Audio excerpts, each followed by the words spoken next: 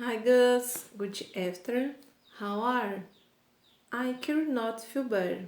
And you? Olá, meus queridos, boa tarde, como vocês estão? Espero que todos vocês estejam bem na santa paz do nosso Senhor. Na nossa aula anterior, tá? Nós utilizamos para início o nosso módulo, tá? A nossa unit 7, não é isso? A nossa unidade 7, na qual o tema da nossa unidade é Place to Go. Observem aí que na nossa unidade nós falamos de lugares para onde ir, onde eu pedi a vocês que estivessem, voltando essas informações. As informações do nosso estudo foram voltadas sobre New Zealand, The World, a Nova Zelândia no mundo. E eu pedi para que vocês estivessem fazendo, a respeito do nosso Brasil. Na gramática, hoje nós vamos trabalhar o nosso grammar utilizando frequent adverbs na page 64, ok? Portanto, open your book, please, page 74. Abram seus livros, por favor, na página 64. Na página 64, como a teacher Luna já mencionou, nós vamos encontrar aí o nosso grammar frequent adverbs. Então, nós vamos utilizar no nosso estudo os advérbios de frequência, certo? Nesse caso, quando nós fazemos uso dos advérbios de frequência, os mais utilizados na língua inglesa são o às vezes, geralmente, que é o sometimes or usually, não é? Dentro dessas observações, nós vamos também, é importante enfatizar que a utilização dos advérbios de frequência dá para dizer com que frequência, não é isso? Com que as coisas elas acontecem, né? Com que frequência ou fazemos ou com que elas acontecem. É importante também ressaltar, no for example aqui utilizado, ele exemplifica dessa seguinte forma: I never have any problems with adverbs, ok? Eu nunca tenho problemas com advérbios. Observem aqui que quando nós falamos da utilização dos advérbios dentro do contexto, nós vamos ver que, na utilização deles, os advérbios de frequências, eles seguem uma ordem, ok? Essa ordem, ela está no quadro de análise de vocês, aí azul, que tem constando de 0 a 100%, ok? É o que a teacher Luana vai demonstrar aqui agora. Ela se encontra de 0 a 10%. É esse quadro aqui de análise que nós vamos estar estudando, ok? Para início. Observem aí que tem aí de 0% a 100%. Observe quando ele faz esse quadro, esse gráfico, aí onde ele coloca, que nós usamos esses advérbios de frequência, nessa ordem, de acordo com o significado de cada um deles. Então, nós temos de 0% a 100%. Observem aí que quando eu falo, always, eu estou dizendo 100%, tá?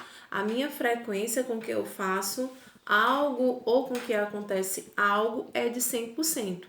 Então, quando houver essa porcentagem frequente, essa frequência adverbial constante, como é o caso do always, que é o sempre, então 100%, de frequência com relação à prática do que se está fazendo, por exemplo, uma atividade física, que alguém sempre, ou I was at school the last year, eu sempre fui, the last year. Então, eu posso falar o quê? Se eu estou falando que no ano passado, eu sempre estava na escola, eu sempre ia à escola, não é isso? Então, eu vou observar que quando eu falo, que I was, I was always, eu estava sempre at school last year. Eu estava sempre na escola no ano passado. Então, quando você identifica que você estava sempre, então não é algo que é hoje, amanhã não, depois sim, talvez na próxima semana, não é? você está indicando o quê? A sua frequência com que você vai à escola. Então, ano passado você sempre esteve na escola, você não faltou. Ah, tia Luana, mas tem os sábados e domingos. Não, nós estudamos o quê? Em dias letivos, os quais eles são o quê? De segunda a sexta-feira, né? Com exceção de outros momentos, os quais sejam projetos, que nós estendemos, né? Por acaso, se for necessário, no sábado e no domingo, não é isso? Mas que são momentos raros. Então, essa frequência de sempre vai indicar o quê? Que você não faltou de forma alguma na escola, ok? Nós temos aí na sequência usually, né? Usually e normally, que no caso vão identificar o quê? Que geralmente, normalmente, né? É aquela situação na qual eu vou identificar que esse geralmente né? Embora você fosse à escola, havia vezes que você faltava, não é? Por mais que você obtivesse 85, 90%, né, de presença, né, nas suas frequências da escola. Na sequência, nós temos o often, frequentemente, não é isso? Depois, occasionally, né, ocasionalmente. However, quase nunca ia à escola. E o never, nunca ia à escola. Então, nós temos aí esses advérbios de frequências, os mais utilizados na língua inglesa, né, os mais conhecidos, para indicar o quê? Para indicar essa frequência com a qual acontecem as coisas ou você faz algo. Observem aqui, tá? Que além desses aqui serem os mais comuns, há outros, não é isso? Há outros advérbios. Observem que na frase, tá? Olha aí. No exemplo, they always hang all together, não é isso? Eles sempre saem juntos, então eles sempre fazem o quê? Sempre saem juntos. Então eu estou indicando essa sequência de sempre, ou a entonação ou a frequência com a qual eles saem juntos, sempre. Então, de modo algum, eles não saem, né? Eles não deixam de sair juntos. Nós temos aí the Northern Lights are usually green, não é isso? Com o significado azuis dos norte são geralmente verdes. Na sequência, o example 3, né, o terceiro exemplo, you normally see the best in September or March, né? Então nós temos aí você normalmente vê melhor em setembro ou março, não é? Normalmente vai estar indicando normalmente com que acontece isso, nem sempre, não é isso? Nem nunca, então é esse meio termo. It's after cloud, né? Então ele tá direcionando o que? Está sempre nublado. Na sequência, ele pergunta, né? What do you notice about the position of the adverbs? Não é isso? Então ele pergunta o que você nota a respeito da posição dos advérbios. Então vamos observar que ele diz a seguinte situação: They are usually before the main verb or between the auxiliary and the main verb, but they come after the verb to be. Então, a sequência a qual nós devemos utilizar, tá? Geralmente ele se posiciona o quê? Antes do verbo. Para quê? Se nós sabemos que o verbo ele indica a ação, né, que é proposta dentro do contexto da sentença, nós vamos analisar que essa ação ela segue uma frequência. Então, por isso que geralmente eles se posicionam antes de quê? Do verbo, para indicar a frequência com que essas ações acontecem, ok? Ou entre o auxiliar e o verbo principal, tá? Então, nós devemos observar que esse auxiliar, né? Nós temos vários auxiliares, os quais nós usamos, mas os mais conhecidos são o quê? O do, não é isso? É o mais conhecido onde nós fazemos uso dele. Na sequência, ele diz, porém, eles vêm depois do verbo ser, ok? Quem é o verbo ser nesse caso? O verbo to be. Lembrando que o verbo to be, ele é um verbo irregular.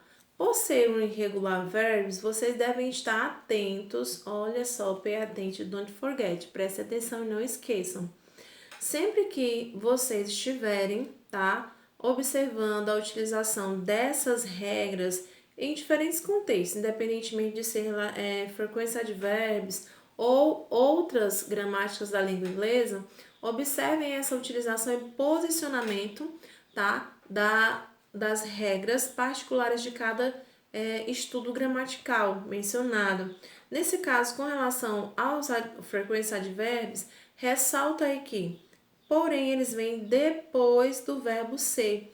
Então, quando nós vamos, tá? Quando nós vamos fazer essa utilização, observe que o verbo que eu falei a vocês, I was always. Então, eu estava sempre, não é? Olha o verbo to be aparecendo, I was. Então, o verbo to be nesse caso, ele está onde? No simple past. Por ele ser um verbo irregular, e em tempos verbais, nos tempos verbais, ele vai aparecer de que forma? Triforme.